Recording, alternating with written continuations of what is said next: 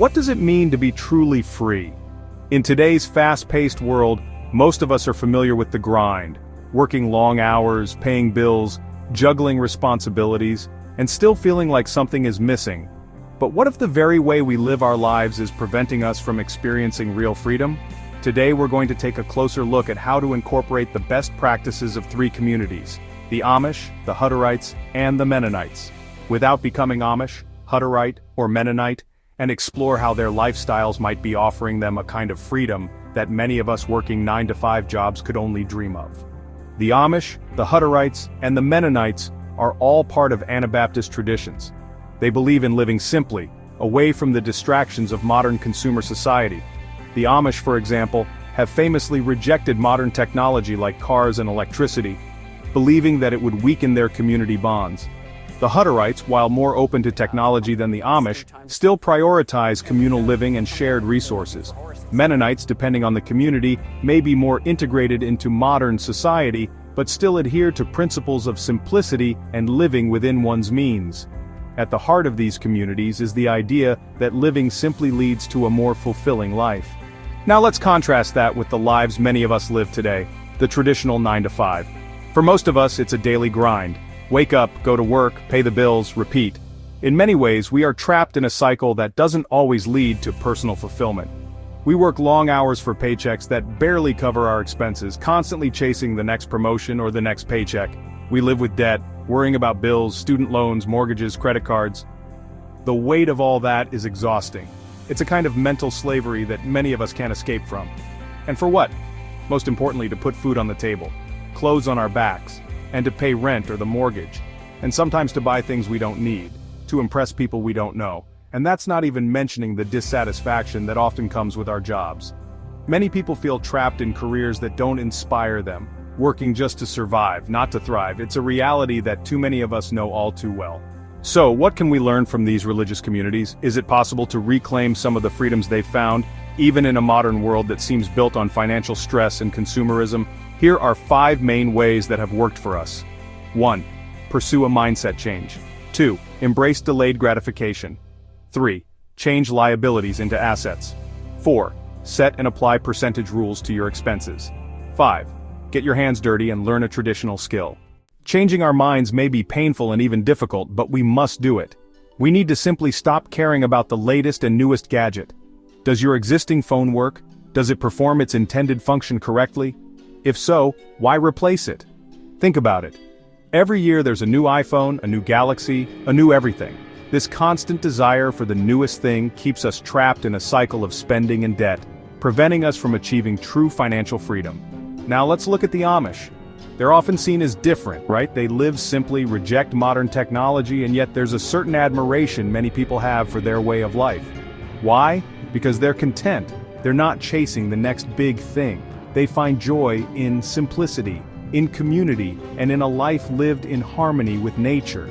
And you know what? That contentment, that peace of mind, that's a form of freedom. It's the freedom from the constant pressure to consume, to upgrade, to keep up with the Joneses. So, how do we achieve this mindset shift? It starts with awareness. Start noticing those marketing messages that try to make you feel inadequate without the latest gadget.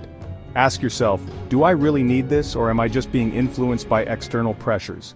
Alright, so we've talked about shifting our mindset, about finding contentment and resisting the urge to constantly upgrade.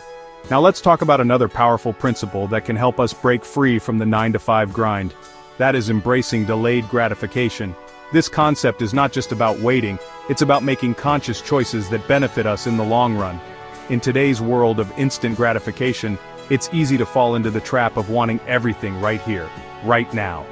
We are constantly bombarded with advertisements and social media posts that make us feel like we need the latest gadgets, the trendiest clothes, and the most luxurious experiences immediately. But the truth is, delaying gratification, even in small ways, can have a huge impact on our finances and our overall well-being. When we choose to wait, we give ourselves the opportunity to make more thoughtful decisions, to save money, and to appreciate what we already have. When we don't feel the need to have the latest and newest thing right now, and we are willing to wait, we experience some financial liberty. This freedom allows us to allocate our resources more effectively, ensuring that we can cover our needs and still have something left for future investments or emergencies. I found that my income goes further when I limit my buying to our necessities. By focusing on what we truly need, rather than what we want in the moment, we can stretch our dollars and make them work harder for us. Eventually, when there's a need to replace a big-ticket item, I always buy used to save money. This not only helps in reducing expenses, but also promotes sustainability by giving a second life to items that are still perfectly functional. The final outcome may not look modern, but knowing that I didn't break the bank to fix the problem gives me immense satisfaction. It's a reminder that value doesn't always come with a high price tag. Alright, let's move on to the third point, which is all about turning those liabilities we have into money-making assets. This is a crucial step in transforming your financial situation and achieving greater stability. You're probably thinking, what liabilities? I'm already drowning in bills. But hear me out. Every liability you have is an opportunity in disguise. When we think of the Amish, we find a people who do most things the slow way. They have mastered the art of turning their simple, traditional lifestyle into a profitable venture. Their structures are built with hand tools and their pies are handmade. This attention to detail and quality is what sets them apart. Everything takes longer, so they charge a little more. This premium pricing is accepted because people value the craftsmanship and authenticity. The outside world values this and are willing to cross state lines and pay the premium for everything Amish. This is a perfect example of turning a perceived liability, time-consuming methods, into a valuable asset. Now, what liabilities do we have that can be turned into assets? Let's brainstorm together. What about your phone and internet bill? That's what I'm doing. Instead of seeing it as a monthly expense, I use it as a tool to create content. I use the majority of my free time to research and make videos such as this. This way, my phone and internet become investments in my future. Although it's not bringing in any money yet, I hope it would eventually as I continue to make valuable videos. Consistency and quality are key. So as you've all heard, the smartphone can be used to generate income as a side hustle. There are countless apps and platforms that can help you monetize your skills and hobbies. Take a chance, and people may just be happy to support you by subscribing and liking your content. Think about it, your audience is out there, waiting to discover you. What do you spend money on that could potentially be turned into a source of income? Look at your monthly expenses and identify opportunities. Maybe you're amazing at baking and could start selling your creations online or at local farmers markets. Your kitchen could become your bakery. Or perhaps you have a knack for photography and could offer your services for events or portraits. Your camera could be your ticket to extra income. Maybe you have a skill or knowledge that others would pay to learn. You could create an online course or offer tutoring services. Crafting is another great example. If you enjoy making handmade goods, consider selling them on platforms like Etsy. Your hobby could turn into a profitable business. The key is to look at your liabilities creatively and find ways to turn them into assets. With a little ingenuity and effort, you can transform your financial landscape. Remember, every liability is just an asset waiting to be discovered. Start today and watch how your financial situation improves over time. Now let's talk about a concept that's been a game changer for me personally: setting and applying percentage rules to my expenses. This approach has not only helped me manage my finances better, but also brought a sense of control and clarity to my financial life. We know the Amish, Hutterites, and Mennonites have their rules.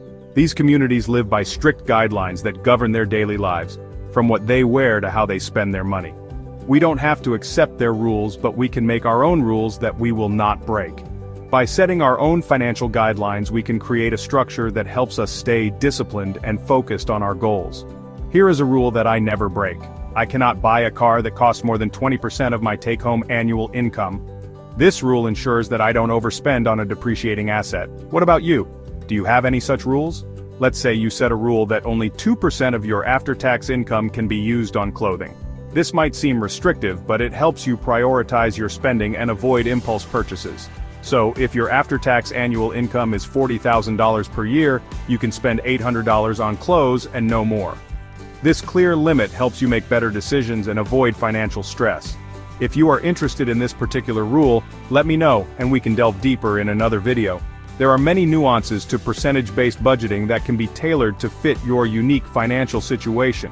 I have more examples of such rules that have worked well for me. For instance, I allocate 10% of my income to savings and investments, ensuring that I am building wealth for the future. The truth is, it's not about rejecting modern life, it's about being intentional with how we live now, so we can be financially free tomorrow. By setting percentage rules, we can enjoy our present while securing our future. See, most people budget by category, right? They break down their expenses into different categories like rent, groceries, and entertainment. But the problem with this approach is that it doesn't take into account your overall income and financial goals. It can lead to overspending in some areas and underspending in others. Percentage-based budgeting, on the other hand, allows you to create a spending plan that's directly aligned with your income and your goals. This method provides a clear framework for managing your money effectively. It's about setting limits on certain spending categories based on a percentage of your take-home pay. This way, you can ensure that you are living within your means and making progress towards your financial objectives. Alright, let's move on to our final point, which is all about tapping into the power of traditional skills. Now, I know what you're thinking. We're not all cut out to be farmers or blacksmiths. And you're right, but hear me out. Because of YouTube videos, the easiest skill to learn is gardening. Even if you live in an apartment, you may be able to get away with some plants in containers. I saw a video of a woman who planted in the cracks of the pavement blocks in front of her apartment. Before long, you might be selling a product or service from such a skill or hobby. And after a while, we may experience less financial pressure. Imagine not being enslaved by debt, or the constant need to upgrade your life. Rather, you become thrilled by the cabbage that's growing in your garden, or the eggs you collect from the chickens in the coop that you built yourself. Imagine having more time for the things that truly matter. Your family, your health, your passions. That kind of freedom is possible, but it requires a shift in mindset and making some sacrifices. Learning a traditional skill, even if it's something as simple as gardening, cooking from scratch, or basic home repairs, can have a profound impact on your life. First of all, it connects you to a simpler way of life, a time when people were more self-sufficient and less reliant on consumer goods. The Amish, Hutterites, and Mennonites have found a kind of freedom that many of us yearn for. It's not the freedom to buy anything we want, but the freedom to live intentionally, with purpose, and in community. We don't have to live exactly like them, but we can learn from their example. By simplifying our lives, setting our own set of rules, and freeing ourselves from the chains of consumerism, we can all find a little more of that freedom. Please support me by subscribing so my videos can reach more people, and also share the video with others. Thank you.